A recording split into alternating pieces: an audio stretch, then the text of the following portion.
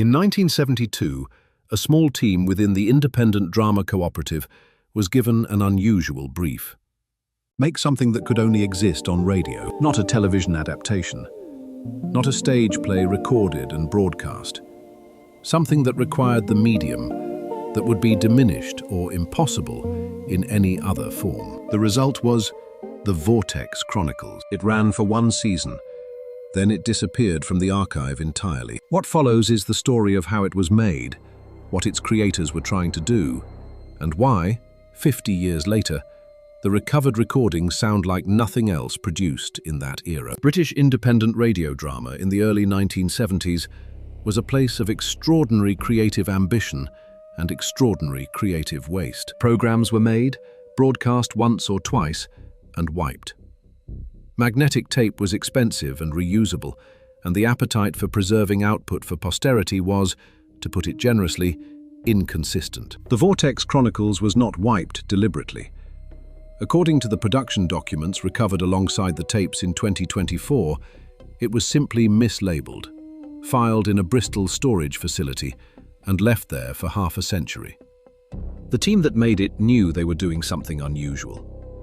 The production notes make this clear from the very first page. They describe their approach as, and these are their words, radio that refuses to behave like radio. British science fiction radio of the early 1970s had a house style.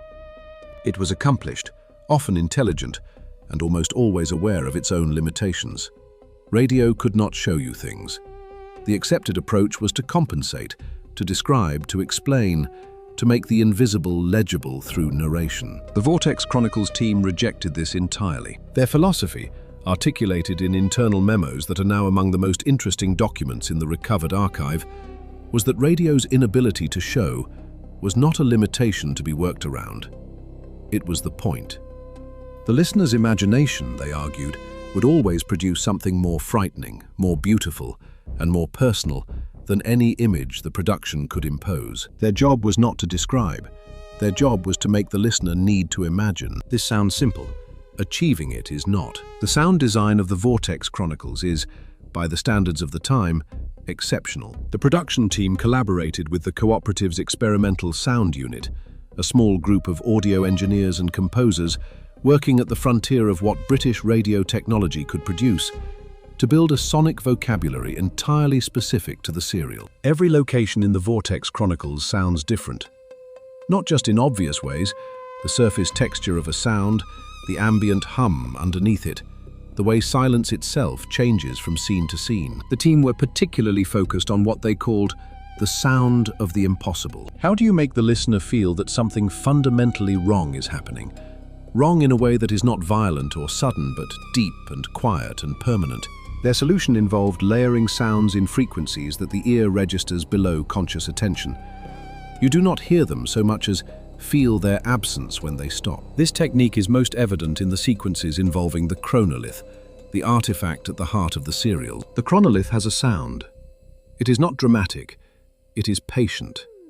And once you have heard it, the moment it goes silent is the most unsettling moment in the recording. The creative team faced an unusual challenge with their central characters. Professor Edmund Quayne is a man who has spent 30 years being right about things. A Cambridge physicist, an archaeologist, a methodical and precise intelligence. The writers needed him to be wrong, not stupidly, not through negligence, but in the most interesting way a person can be wrong. Through knowing too much about one thing and not enough about everything else. His research assistant, Sarah Mills, is his structural opposite. Where Quayne's default is caution, Sarah's is curiosity. The production notes describe her as the kind of person who asks what will happen if, and then finds out before anyone can advise against it. The creative challenge, the team noted, was to make this not a simple contrast but a genuine tension. A situation in which both approaches are simultaneously right and disastrously wrong. The third presence at the heart of the serial is the timekeeper, a character the production team described as their most significant departure from convention. In most science fiction, mysterious entities are eventually explained.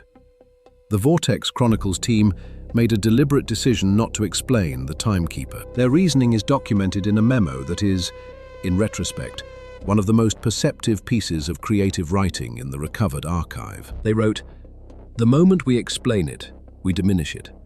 The listener's version of what it is will always be more powerful than ours.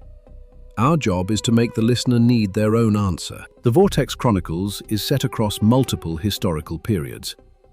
This was, at the time, considered an enormous production risk. Radio drama in the 1970s generally avoided period settings for a practical reason. The audience had nothing to look at.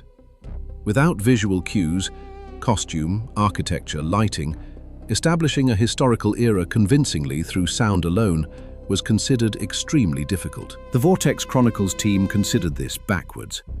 Without visual cues, the sound design carries everything, which meant that every historical period they chose to visit demanded its own sonic identity, its own texture, its own ambient logic. The results are, in the recovered recordings, remarkable.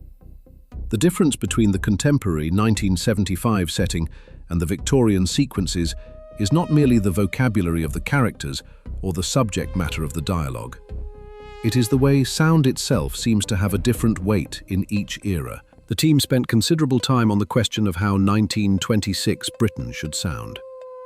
The general strike of 1926 forms the backdrop for the serial's later episodes, specifically the role of radio broadcasting in that historical moment, reaching a nation in crisis simultaneously for the first time. They were interested in what it means when a single voice speaks to an entire nation simultaneously. The implications of that, the possibilities, and the dangers. There is something worth addressing directly about the shape of the Vortex Chronicles. Something that surprised listeners when the recordings were first played publicly. And that is worth understanding before you sit down with episode 1. The first episode ends in a way that seems to promise one kind of serial. The premise, time travel, an ancient artifact, a swirling vortex, suggests quite reasonably a series of adventures. Strange worlds, alien landscapes, the full sweep of time and space. The Vortex Chronicles does not deliver that. The production team were entirely deliberate about this.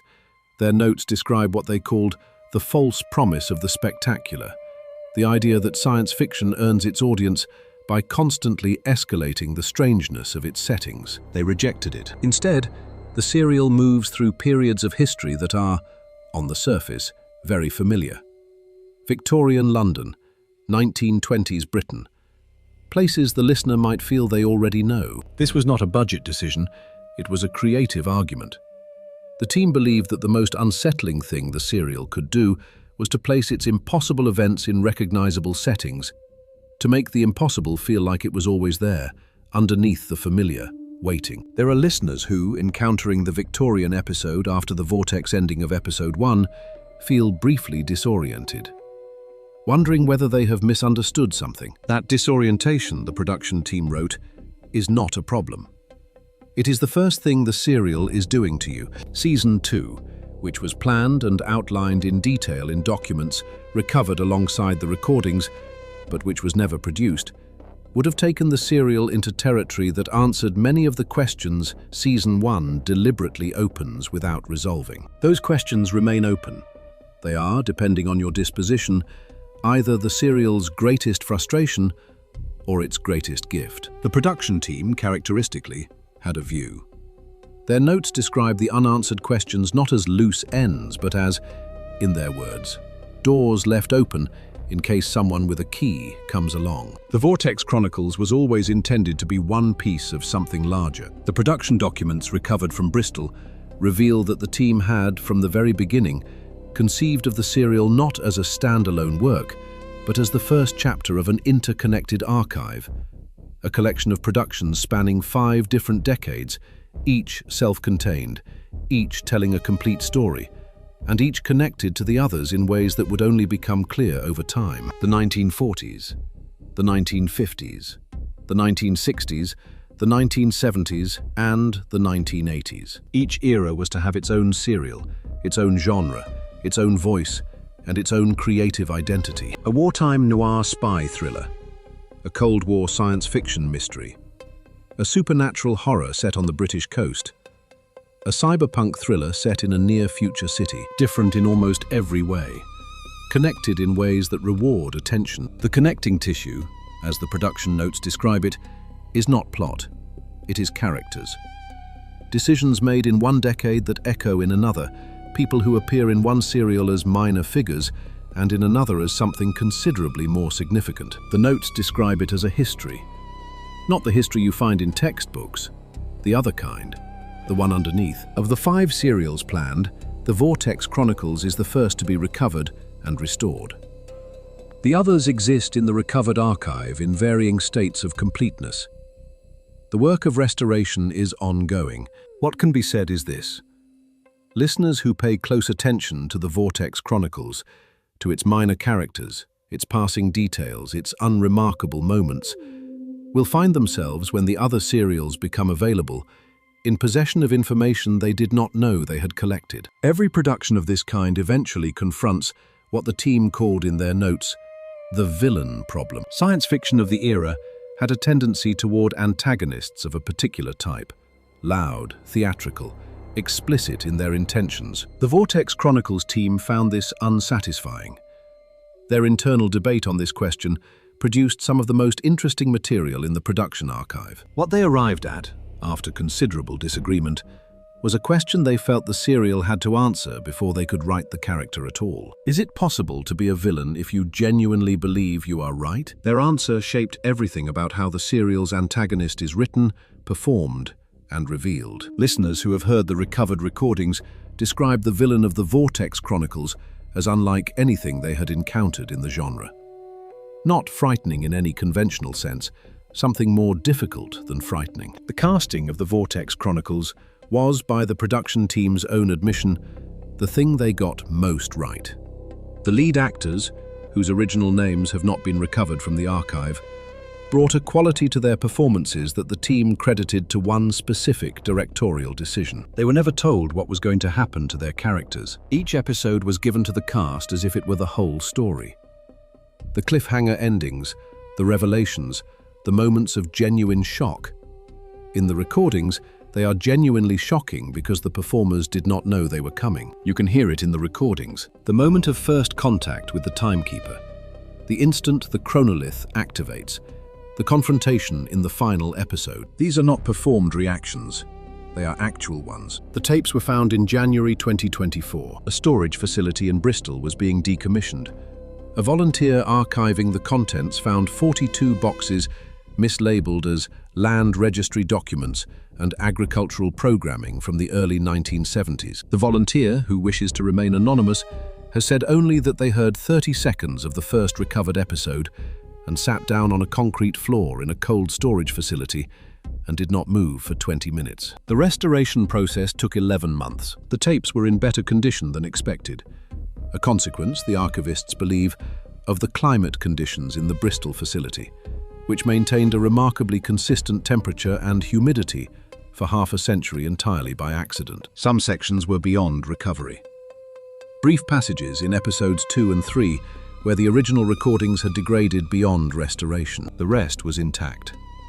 And what was intact was, the restoration team agreed, extraordinary. There is a question worth asking about why the Vortex Chronicles feels so relevant now, recovered 50 years after it was made. It was made in a very different media landscape, before home video, before the internet, when radio drama occupied a place in British cultural life that it no longer holds in quite the same way. And yet the questions it asks are not period questions. What does it cost to know things you were not meant to know? What is the difference between patience and manipulation? What happens when the past and the present and the future are not separate things but aspects of a single, very complicated problem? The Vortex Chronicles does not answer these questions tidily. The production team's notes are explicit. We are not making a parable. We are making a situation. What listeners take from it is their business, not ours. The Vortex Chronicles, Season 1, will be available soon. All 4 recovered episodes fully restored. The full serial will be available for free through my Patreon site and YouTube, where supporters also receive access to further original radio dramas and eventually all 5 serials of the Vortex Chronicles completely free, and access to videos and original-made content. The doors will open soon. Radio that refuses to be behave like radio.